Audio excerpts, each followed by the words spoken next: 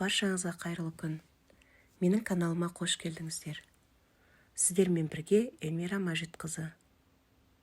Бүгін сіздерге өте дәмді болатын және өте ерекше шақ палау дайындап көрсететін боламын. Алдымен етті, жуаны, болгар бұрышын және сәбізді турап дайындап аламыз. Одан кейін табаға сұйық майды құйып, май қызғаннан кейін бірінші жуасын салып, екі жағын қызартып, араластырып отырып қуырамыз. Одан кейін етін салып қуырамыз және болгар бұрышы мен сәбізді салып, араластырып отырып қуырып аламыз. Дайын болғаннан кейін үстіне бір шай кеседей салқын суды құйып, астын баяу отта қайнатамыз.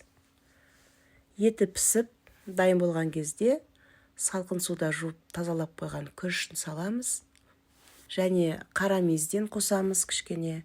Және бұл палаудың ерекшелігі грек жаңғағын, бір ас қасық грек жаңғағын қосамыз. Және осылай ортасына сарымсақты қойып, кішкене тұзын салып, қайнаған суын құйып, осылай кішкене арасын ашып, және сол астын баяу отта қоямыз.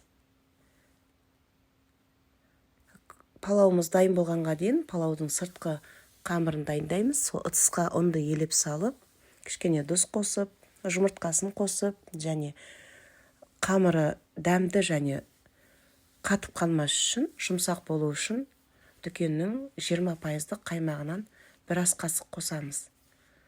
Ұнымызды басын біріктіріп, қамырды елеп, бір 10-15 минутқа тындырып қоямыз. Одан кейін еттің нанын жайғандай қылып шұқалап жаямыз, және духовканың ыдысына осылай нанымызды үстіне жайып, оған дейін палауымыз да дайын болды. Палауымыздың барлығын ортасына осылай салып шығамыз да, жан жағын осылай бүретін боламыз. Қамырдың жан жағын бүріп, барлығын дайындап аламыз. Және үстін жан жағын осы жұмыртқаның сарысын жағып шығамыз. Жұмыртқаның сарысын жағып шығып, одан кейін қызып тұрған духовкаға салып аламыз. Жарты сағаттан кейін палауымыз дайын болады. Осылай табаққа салып, көргендеріңіздей пышақпен кесіп атқанда қамыры өте жұмсақ, қатты емес.